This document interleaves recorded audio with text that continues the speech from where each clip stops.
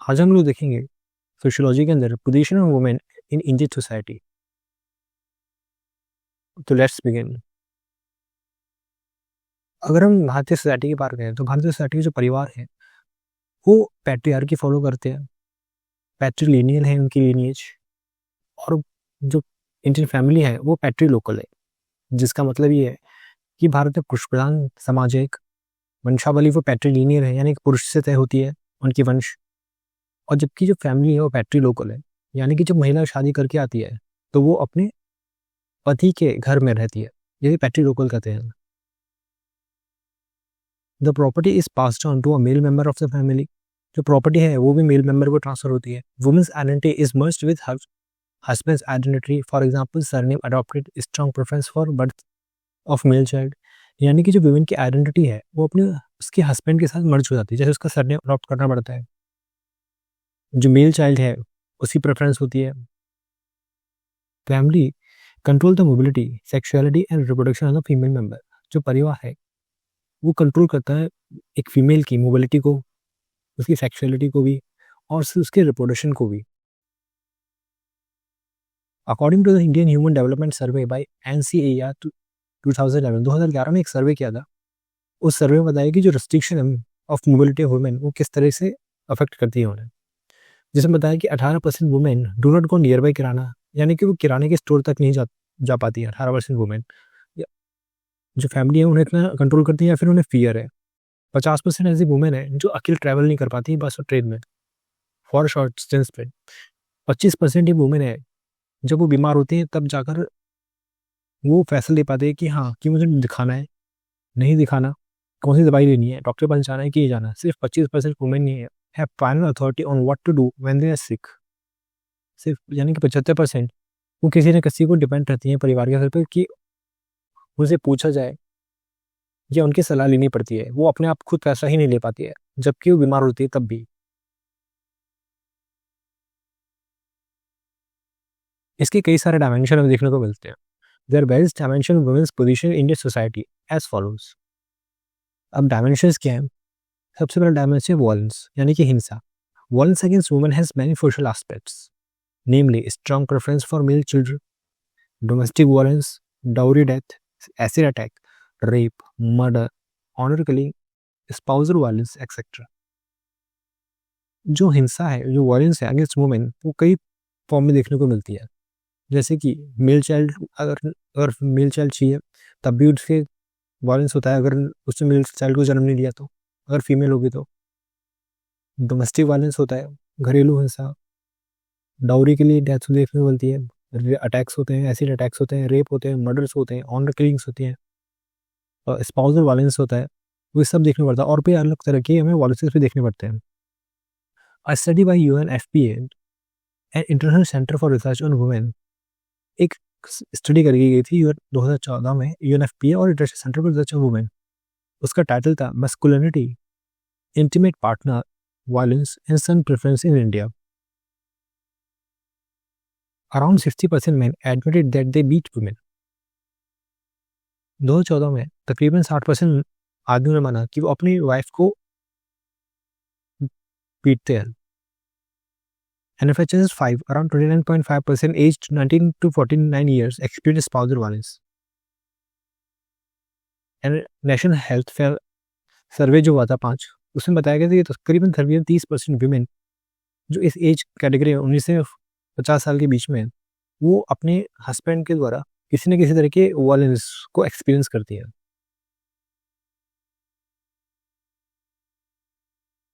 According to कमला बसीन, the dignity, respect of women in Indian society is considered it reside in her vagina. So preserving the vaginal purity is prime importance in Indian society।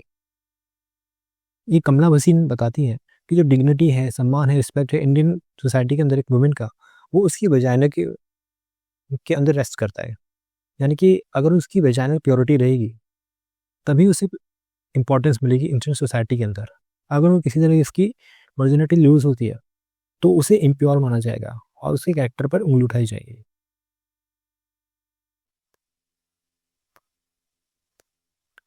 अब है दूसरा aspect religion का, यह है नया dimension. According to Kamala Bhasin, all major religions are patriarchal. In Hinduism, there is a Devi Dasi dichotomy. There is a strong taboo against menstruation. The majority of the priests are male. कमला बसीन बताती हैं कि जितने भी religion हैं वहाँ पर आपको पैट्रियार्की देखने को मिलती है। दुनिया के जितने भी रिलीजन हैं उन सभी में, अगर हिंदुज़म में कहा है तो जहाँ देवी और दासी का डायकोटमी आपको देखने मिलती है। जहाँ एक तरफ से वुमेन को हम देवी मानते हैं, वहीं हम उसे दासी की तरह भी उसे ट्रीट करते हैं। फॉर एग्जाम्पल, आपने दासी प्रथा सुनी होगी जो कर्नाटक के मंदिरों में होती है, देवदासी। दूसरा, हम उन्हें घर के अंदर भी एक नौकर की तरह ट्रीट करते हैं। जैसे हम कहते हैं कि अपने पति की सेवा, पति परमेश्वर टाइप, परमेश्वर है तो परमेश्वर की सेवा कौन करता है, उसकी दासी करते हैं। तो यहाँ पर भी कमला बसीन ने बताया कि जहाँ एक तरफ हम देवी बनाकर उसे पूजा करते हैं, वहीं दूसरी तरफ हम दासी की तरफ से भी ट्रीट करते हैं। तो एक तरह की डायकोटमी है ये। इसी के साथ ही बस स्ट्रॉन्ग टैबू देखने को मिलता है अगेंस्ट मेंस्ट्रुएशन, कि अगर मेंस्ट्रुएशन पीरियड में हो तो एक टैबू देखने को मिलता है कि उन्हें बहुत सारी चीज़ों से अलग कर दिया जाता है उस कुछ टाइम के, जब तक वो मेंस्ट्रुएशन साइकिल में होती है। ये भी उन्हें बताया कि जो आज के समय जो रिलीजन है दुनिया भर में जितने भी हैं, उन सभी में आपको मेल्स देखने को मिलते हैं। और हिंदुज़म में भी आपको बड़ी तादाद में मेल्स ही प्रीस्ट देखने को मिलते हैं। वहीं महंत होते हैं, पंडित होते हैं, जो पुजारी होते हैं वही मेल होते हैं। आपको बहुत कम ही ऐसा होगा जहाँ आपको फीमेल देखने को मिले। जो संत भी होते हैं उसमें भी, संत में भी बड़ी तादाद मेल्स की होती है, फीमेल्स की नहीं। According to Manusmriti, women are supposed to be in the custody of their father when they are children, custody of their husband in their youth, and under the custody of their son as a widow.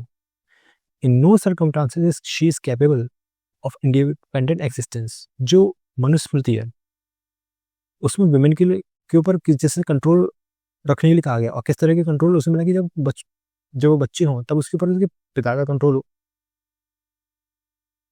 और जब उनकी शादी हो जाए तो उसके ऊपर जो इसका हस्बैंड कंट्रोल करे, और जब वो विडो हो जाए, जब उसका हस्बैंड मर जाए तो उसका जो बेटा हो वो अपनी मदर के ऊपर कंट्रोल करे, उन्हें अपनी कस्टडी में रखे। यानी कि लाइफ की किसी भी स्टेज में उसके कोई अधिकार ही नहीं है मनुस्मृति के अकॉर्डिंग कि वो अपने इंडिपेंडेंट एग्जिस्टेंस को एंजॉय कर पाए। एक है पॉलिटिकल डायमेंशन, पॉलिटिकल सिस्टम कैसे करता है। Women are performing 3 roles in male dominated political system. They are performing supplementary roles in seeking votes for their son and husband. Second, complementary roles standing along with husband or son as a candidate to preserve family constituency or gaining extra seat. And finally, substitute roles if a male member is not capable to contest election. She would contest to protect the seat for their male member. Political system में हम women को, जो mail dominate society है, उसके अंदर 3 तरह के role को परफॉर्म करती है। सबसे पहले तो एक तो सप्लीमेंट्री रोल है उसका मेन रोल नहीं है। सप्लीमेंट्री रोल कैसे है कि वो अपने बेटे या अपने हस्बैंड के साथ खड़ी रहती है और उनके लिए वोट मांगती है। दूसरा है कि जब हस्बैंड और या उसका बेटा भी किसी कंस्टिट्यूंसी से खड़ा हो तो अपनी माँ को या अपनी बहन को भी खड़ा कर देते हैं ताकि एक कुछ एक्स्ट्रा सीट उन्हें मिल जाए, और एक और सीट उन्हें जो है पार्लियामेंट के अंदर या सभाओं के अंदर या ग्राम पंचायत में उन्हें मिल जाए। यानी कि वो सिर्फ एक एक्स्ट्रा सीट चाहते हैं अपनी पावर पोजीशन को बढ़ाने के लिए बस।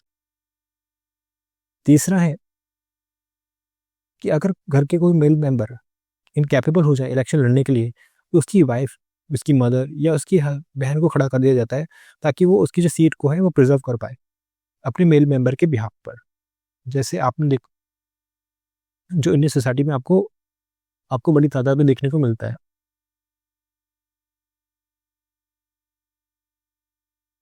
पंचायती Raj institution and urban local bodies owing 73rd and 74th constitutional amendment 1/3 seats are reserved for women। अगर जो 73rd and 74th constitutional amendment होता है पंचायती राज इंस्टीट्यूशन को लेकर, वहाँ पर क्लियरली 1/3 सीट्स जो है रिजर्व है वुमेन्स के लिए। However PM Modi college sarpanch पति राज, लेकिन उसके बावजूद भी सरपंच तो विमेन होती हैं, लेकिन उसके पीछे जो कंट्रोल कर रहे होते हैं उनके हस्बैंड होते हैं। जैसे आपने एक पंचायत सीरीज देखी होगी उसमें बहुत अच्छे से दिखाया है कि जो फीमेल होती है वो तो सरपंच होती है, प्रधान होती है, लेकिन उसका हस्बैंड अनऑफिशियली उसके बिहाफ पे सारे काम कर रहा होता है। और इसी वजह से पीएम मोदी ने कहा था इस सिस्टम को सरपंच पति राज। इकोनॉमी का डायमेंशन देखें, since globalisation prosperity increase, women's participation in the job market decreases. Women's participation in the labor market in India lowest in the world. According to ILO report 2019, female labor force participation rate in India is 23%. The Global Gender Gap Report 2015 की ranked India 131 out of 148 countries. अगर economy बात करें, जो participation है, जब से globalisation हुआ है सबसे प्रॉस्पेरिटी भी इंक्रीज हुई है, और वुमेंस का पार्टिसिपेशन जितना बढ़ना चाहिए था उतना बढ़ा ही नहीं है, बल्कि जो उनका पार्टिसिपेशन है वो कम हो गया है। आईएलओ की रिपोर्ट 2019 की बताती है कि जो फीमेल लेबर पार्टिसिपेशन है वो सिर्फ भारत का 23% रह गया है।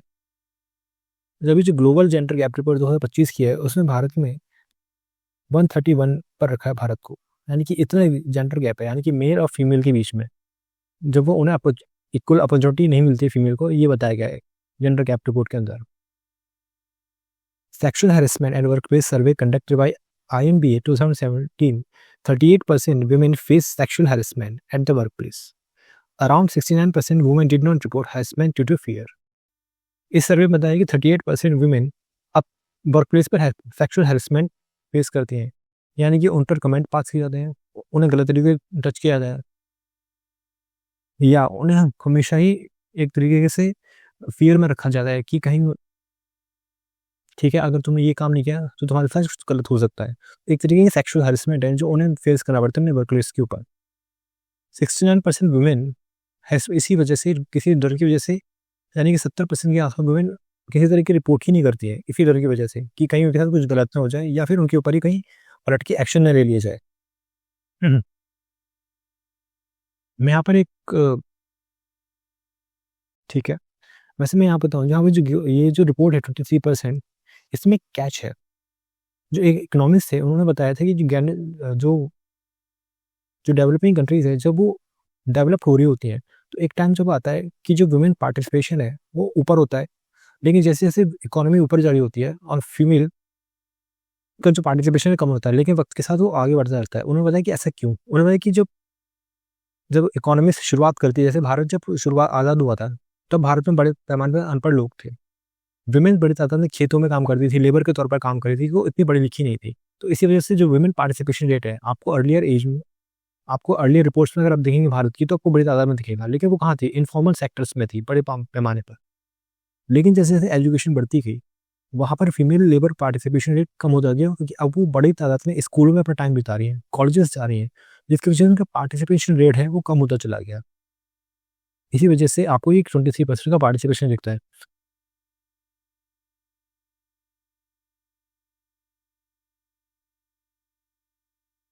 एजुकेशन, अगर primary school age at par, that is boys and girls are equal for gross enrollment ratio, female education has been rising since independence. Education makes women more aware of their rights. यानी कि अगर हम बात करें तो primary school में boys और girls का रेशियो लगभग बराबर हो गया है। फीमेल एजुकेशन में काफ़ी सुधार आया है, इंडिपेंडेंस की बात करें इस पर बहुत फोकस दिया गया है। आज के समय महिलाएं अपने अधिकारों के बारे में कहीं ज़्यादा सचेत हैं पुराने ज़माने के हिसाब से। However, certain issues still plague of girl child, such as lower attendance, lack of women teachers, sexual harassment, lack of girls toilet, lack of access to sanitary napkins, etc. लेकिन उसके अभी भी बहुत सारे ऐसी चीज़ें हैं जो एक गर्ल चाइल्ड को परेशान करती हैं, जैसे उनका जो अटेंडेंस रेट है वो स्कूल जा तो नहीं है, लेकिन जो अटेंडेंस रेट है वो बहुत कम है उनका। विमेन टीचर्स आपको बहुत कम मिलते हैं स्कूल के अंदर, ऐसा रिपोर्ट में बताया गया। सेक्सुअल हैरेसमेंट भी देखने को मिलता है, गर्ल्स टॉयलेट की कमी देखनी, या फिर अगर है भी तो वो ठीक से प्रॉपर मेंटेन नहीं है, सैनिटरी नैपकिन्स आपको देखने नहीं मिलते, और भी कई तरह के इश्यूज़ हैं जो देखने को मिलते हैं। ये 2011 के हिसाब से जो गैप है between male and female literacy के बीच में वो 17% है, यानी कि अभी मेल जो लिटरेसी है वो फीमेल लिटरेसी कहीं ज़्यादा है, यानी कि 2011 के हिसाब से 17%। मीडिया में बात करें तो according to Kamla Bhasin, Indian films glorify eve teasing in Indian cinema, gender stereotype are perpetual, women are portrayed as either Sita, devoted wife, or Supernakha as a evil और Menaka as an apsara using sexual energies, attractive and using her charm to woo women. Also, commercial objectification of women's body. For example, women as a sex object. कमला वसीम बताते हैं कि भारतीय फिल्मों में किस तरीके से ईव टीजिंग ग्लोरीफाई किया जाता है, किस तरह के जेंडर स्टीरियोटाइप आपको दिखाए जाते हैं। जैसे ईव टीजिंग में जैसे कि हंसी तो फंसी, लड़की ने मुड़ के देखा मतलब कोई बात है, इस तरह की चीज़ें बताई जाती हैं। जेंडर स्टीरियोटाइप मतलब कि जो लड़कियां हैं उन्हें अपने दायरों में रहना चाहिए, टाइट कपड़े नहीं पहनने चाहिए, घर के काम करने चाहिए, आने चाहिए उन्हें, चाहे बाहर के भी आने चाहिए। आज के समय तो ये भी है कि आपको बाहर के भी आने चाहिए, एक फीमेल से एक्सपेक्ट किया जाता है, और घर के काम भी आने चाहिए। तो एक तरह का जेंडर स्टीरियोटाइप बन गया। Women are portrayed as Sita. हम वुमेन को जो फिल्म मीडिया के अंदर कैसे दिखाते हैं, हम उन्हें या तो सीता की तरफ दिखाते हैं जो उन्हें टीवी सीरियल से फिल्म में वगैरह है, या हम उन्हें सुपर्णरेखा की तरफ दिखाते हैं जो एक इविल वुमेन है, जो हमेशा दूसरे के हस्बैंड को हमेशा कैप्चर करने की कोशिश करती है, फंसाने की कोशिश करती है। या फिर हम उसे मेनका की तरह दिखाते हैं जहाँ उसका मतलब वो एक सेक्सुअल है डिज़ायर को पूरी करने के लिए, जिसका मतलब सिर्फ अपने एक चार्म दिखाना है और मैन को अपनी तरफ अट्रैक्ट कर रहा है, इससे ज़्यादा कुछ नहीं। आपको इंडियन मीडिया के अंदर और इंडियन फिल्म के अंदर आपको ये तीनों ही रोल दिख जाएंगे, जहाँ एक वुमेन सीता की तरह दिखा जाती है, जहाँ उसे एक सुपर नेगेटिव इविल दिखाया जाता है, और तीसरा वहाँ पर आइटम नंबर करवाए जाते हैं ताकि उन्हें एक दिखाया जा सके ऑडियंस को किसके लिए है। ये तीनों ही आपको फिल्मों में दिखाए जाएंगे। इसी के साथ ही भारत में जो कमर्शियली भारत में जो मीडिया है उसने विमेन बॉडी को सेक्स ऑब्जेक्ट की तरफ दिखाना शुरू कर दिया। यानी कि अगर जैसे कि एक परफ्यूम का ऐड है तो वहाँ पर परफ्यूम लगाइए तो सारी विमेन उस मैन की तरफ खिंचती चली जाएंगी। आप कॉन्डम का ऐड लगाइए तो वहाँ पर भी ऐसे दिखाया जाता है कि फीमेल्स ही बहुत ज़्यादा अट्रैक्ट हो रही है मेल की तरफ। इसी तरह की चाहे पेस्ट हो, टूथपेस्ट हो, कपड़े हों, हर जगह बिल्कुल ही उन्हें एक सेक्स ऑब्जेक्ट की तरह ही ट्रीट किया जा रहा है।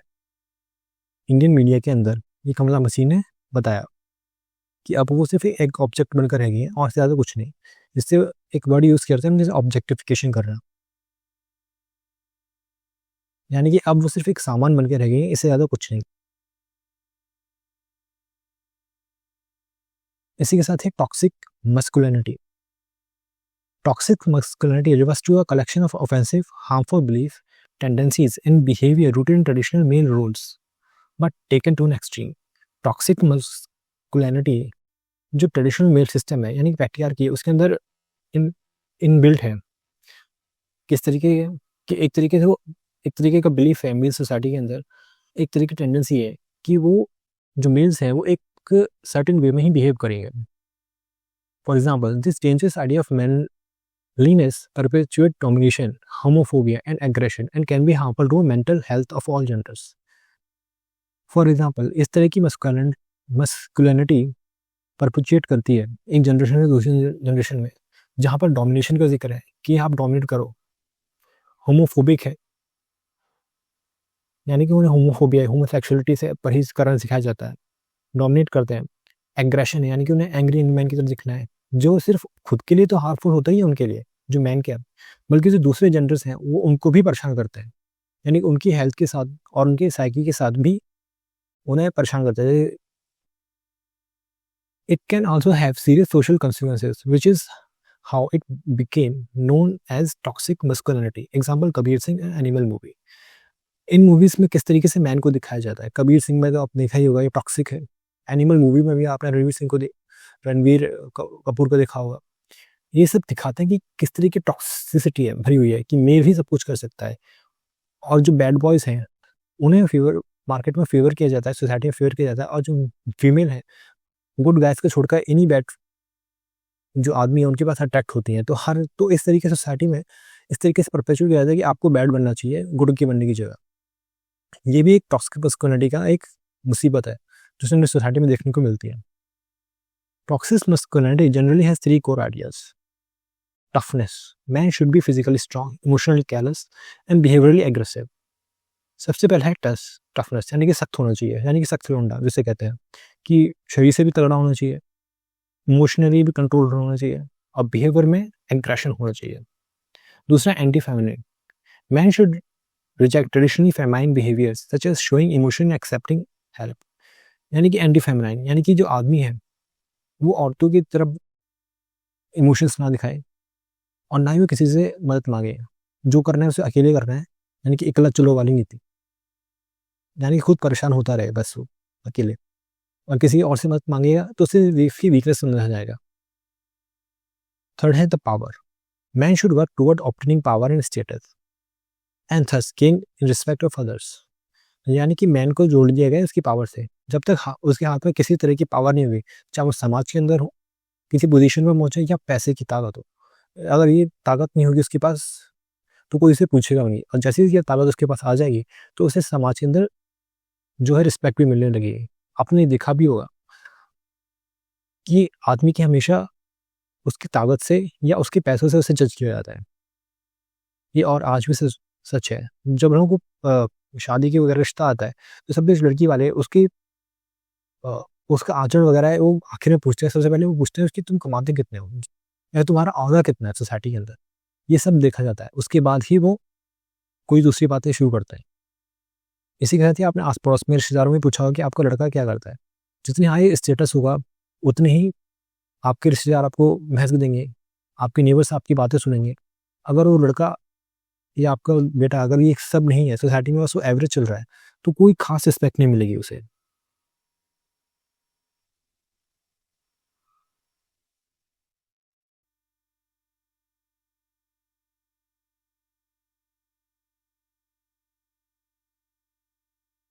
Talk about the economics of dowry, उन्होंने बताया कि किस तरीके से डाउरी काम करती है। She indicates that dowry inflict injury on minds of women, compelling them to feel worthless, who cannot live without a marriage and without support of their husband. While the upper class goes for dowry due to affluence, middle class goes for status and lower class goes for compensation. उत्साह पटनायक बताते हैं कि dowry के economics कैसे काम करती है। उन्होंने बताया कि किस तरीके से डाउरी एक वुमेन को किस तरीके से उसे परेशान करती है, उसे इंजर्ड करती है, सिर्फ मानसिक तौर नहीं बल्कि शारीरिक तौर पर भी। उसने बताया कि अगर शादी नहीं करेगी कोई औरत तो वो अकेले रह जाएगी, उसे कोई सपोर्ट नहीं मिलेगा। इसलिए अगर उसे सपोर्ट चाहिए, अगर वो अकेले न रह जाए तो उसे इसकी शादी करा दो। और उसकी शादी कैसे होगी? जब डाउरी दी जाएगी, जितनी अच्छी डाउरी होगी उतना बढ़िया पति मिलेगा। ठीक है। अब उन्होंने बताया कि जैसे और ये क्लास लेवल पर होता है, जो अपर क्लास में जो शादियाँ होती हैं वहाँ तो दूल्हा दुल्हन के पास कोई पैसे की कमी नहीं होती, तो फिर वहाँ डाउरी क्यों दी जाती है?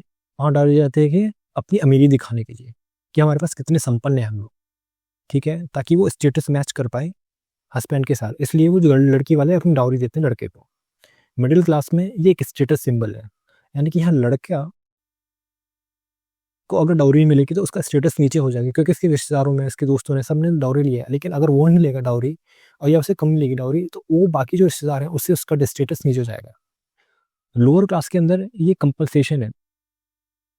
ठीक है, तो एक तरह की कंपनसेशन देते हैं लड़की वाले लड़के वाले को, कि हमारी लड़की में ठीक है वो इतना नहीं पढ़ पाई, इतना आगे नहीं बढ़ पाई, तो हम लोग उसके साथ में कंपनसेशन दे रहे हैं, इसके अंदर किसी तरह की कमी है तो हम कंपनसेशन के तौर पर डाउरी दे रहे हैं लड़के वाले को। ठीक है।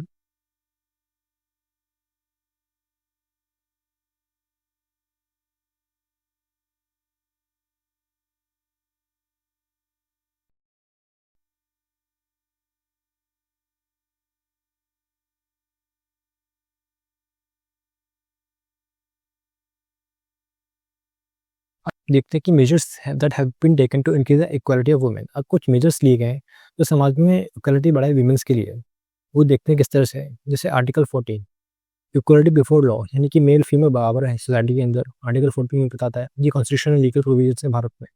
आर्टिकल 15 प्रोहिबिट करता है discrimination ground of religion, race, caste, sex और place of birth. Article 16 equal opportunity देता है मैन वीमेन को। आर्टिकल 13 है equality of livelihood for man and women, यानी कि वो काम कर सके और इक्वल लाइवलीहुड कमा सकें। Article 39 A equal pay for equal work. Article 51 A citizen to renounce practice derogatory to the dignity of women. 73rd and 74th constitutional amendment 1/3 seats reserved for women।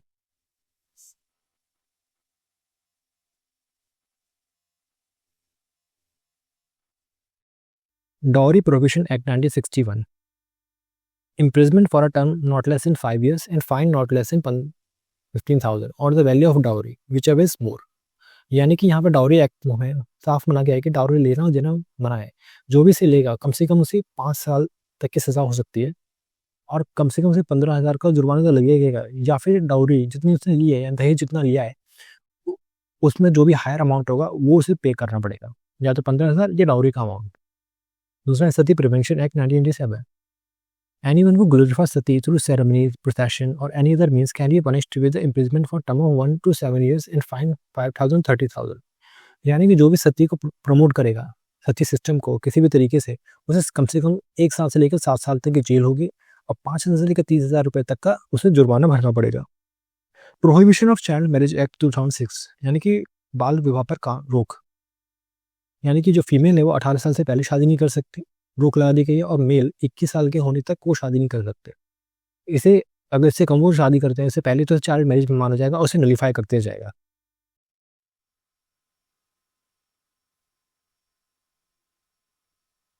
The sexual harassment of women at workplace prevention prohibition redressal और act 2013। Sexual harassment act आया था जो women workplace पे काम करती है उनके लिए। It aims to prevent the sexual harassment, provide a system for redressal of complaint through a establishment of internal complaint committee in workplace with 10 or more employees. This act defines sexual harassment to include unwelcome acts like physical contact and requests for sexual favor, sexually colored remarks and showing pornography। यानी कि यहाँ पर women's को पूरी तरीके से prevent किया गया है कि उनके साथ जहाँ पर भी 10 से ज़्यादा लोग काम करते हैं किसी जगह पर, किसी इस्टेब्लिशमेंट के अंदर, तो वहाँ पर कम से कम इंटरनल कंप्लेंट कमेटी होनी ही चाहिए जहाँ वुमेन की किसी भी कंप्लेंट को दर्ज कर सके और उस पर एक्शन ले सके। उसमें बताया कि किसी भी तरीके की डिफाइन किया कि आखिर सेक्सुअल हैरेसमेंट कितने तरह की होती है और उसमें के अंदर क्या क्या आएगा। यानी कि किसी तरह का कोई एक्ट, यानी कि आपको अनचाहा फिजिकली टच किया जा रहा है, आप सेक्सुअल फेवर्स मांगे जा रहे हैं, सेक्सुअली रिमार्क्स किए जा रहे हैं, या आपको पोर्नोग्राफी दिखाई जा रही है, ये सारे के सारे सेक्सुअल हैरेसमेंट के अंदर आएंगे।